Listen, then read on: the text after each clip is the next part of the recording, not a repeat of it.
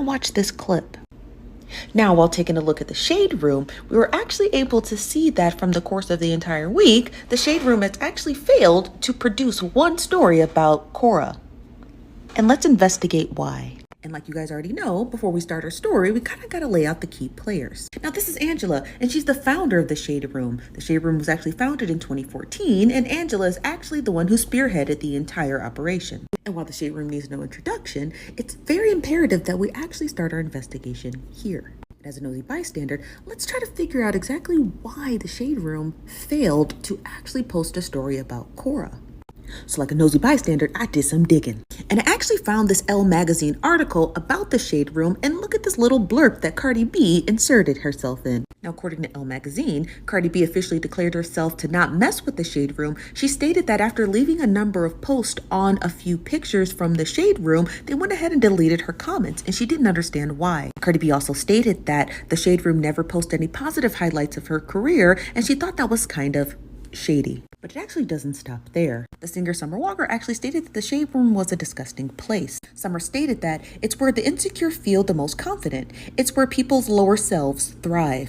But that's not all. In a deleted post, actor Lakeith Stanfield stated that the Shade Room was anti-black and was problematic for the black community. And don't worry, honey, because there is plenty more on the internet where that came from. Outside of deleting comments from artists they may not like and only highlighting the ones that they do, the Shade Room does have a close connection with the Potter's House. And let's check that out. Just a month ago, our good friend Angela here is actually seen on the stage with Torrey Roberts. And if you aren't caught up to speed, Torrey happens to be married to Sarah Jakes, T.D. Jakes' daughter. And if you're thinking that Angela just randomly sat on stage with Torrey Roberts is a one-time dealing, you'd be wrong. Angela actually has her roots in the Potter's House, and we're going to get into. While doing some digging on the Apollo app, I was actually able to find the roster of employees at the Shade Room. Now, you would think that a company that large would have more than 24 employees, but here we are. Now, the first employee I found was Amy Ike. Amy Ike used to work for Trinity Broadcasting Network, and she's actually a makeup artist for the Shade Room. Now, if you thought that her name sounded familiar, well, let me tell you whose relative I just found. Happy Sunday, family. What a pleasure it is to be with you all on this day. I am so excited for what God has purposed to do in and through your life. Well, Stephanie, we're proud too. But that's not all. Check out this other employee that I found at the Shade Room. Now, meet Taylor Bickman. They were actually a digital marketing manager for T.D. Jakes Ministries. And what do you have it? They now work at the Shade Room. This article is actually pulled from the LA Sentinel, and here you can see Angela and Stephanie Ike discussing their series that they have with the Potter's House. This is actually a podcast called The Same Room. The Same Room is in their third season, and they are actually funded in part by the Potter's House. And that's exactly what happens when you have the media in your pocket. When a church like the Potter's House has one of the largest black publications in their back pocket, well, no wonder we don't hear stories about Cora or even Jermaine. And if you didn't know, back in 2009, Jermaine actually had an incident where he was caught doing some lewd things in the park. And even then, when he had other litany of charges that stemmed past 2014 when the Shade Room was birthed, they still never discussed it. So now that we're all realizing that the Shade Room is not news, let's actually get into what the BuzzFeed actually discovered about the Shade Room. So the BuzzFeed actually reached out to a lot of the old school bloggers before the Shade Room had actually become birthed. The BuzzFeed actually got a quote from Juana Thomas, and they stated that the Shade Room is filth. And I couldn't agree more. They stated that it is the very definition of toxic waste. And they also stated that in a tweet, block me if you follow or engage in the Shade Room. Angela actually reached out to BuzzFeed and stated that she wouldn't be getting as much flack if she was a white publication, which is not true because the Shade Room actually doesn't produce journalism. Angela actually stated that she wouldn't be getting as much flack if she were a white publication, which is absolutely incorrect.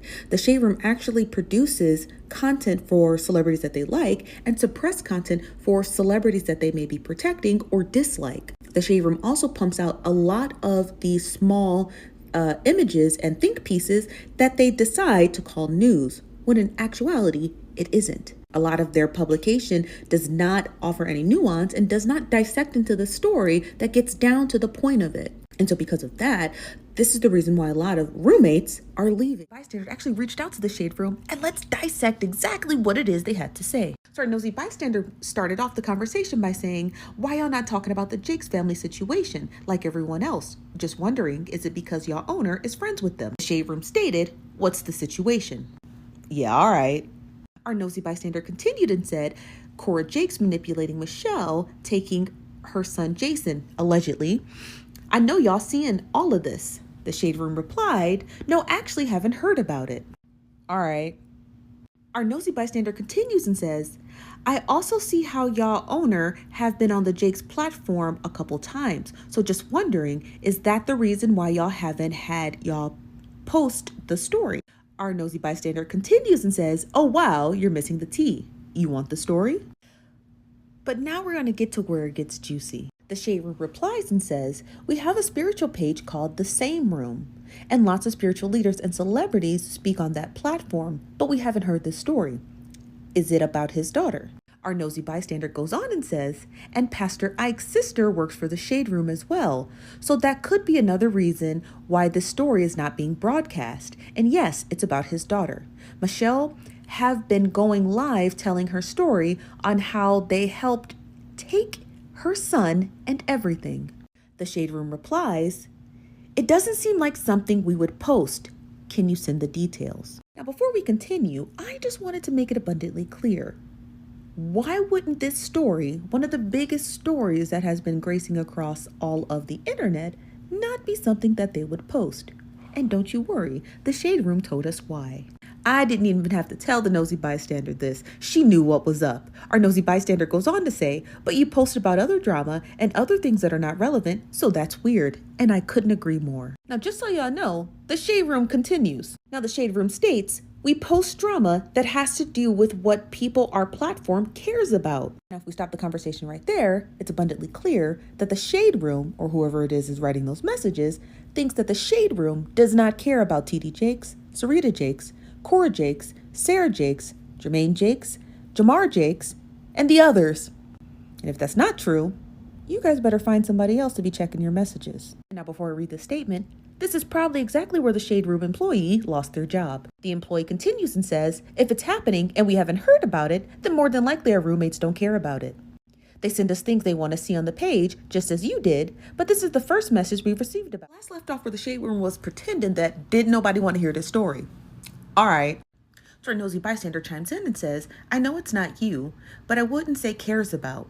Because a lot of celebrities have spoken on times where their comments get deleted, or how y'all will post the negative about them instead of the positive. But, okay, sending it over. Now, the Shade Room replied below and stated, we post positive and negative. Unfortunately, negative tends to get more attention.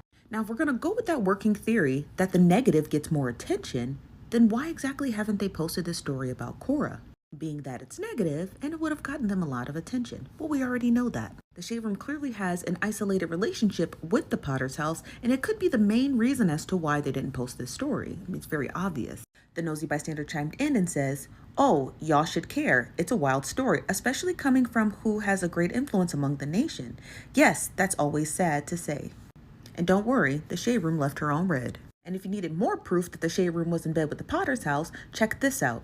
Now remember, in part 2, we actually discussed The Same Room. The Same Room happens to be a podcast and a blog ran by The Shade Room. And while checking out the LLC, we can see that Stephanie Ike is one of the parent owners of The Same Room. So if you ask me, the church is running The Shade Room.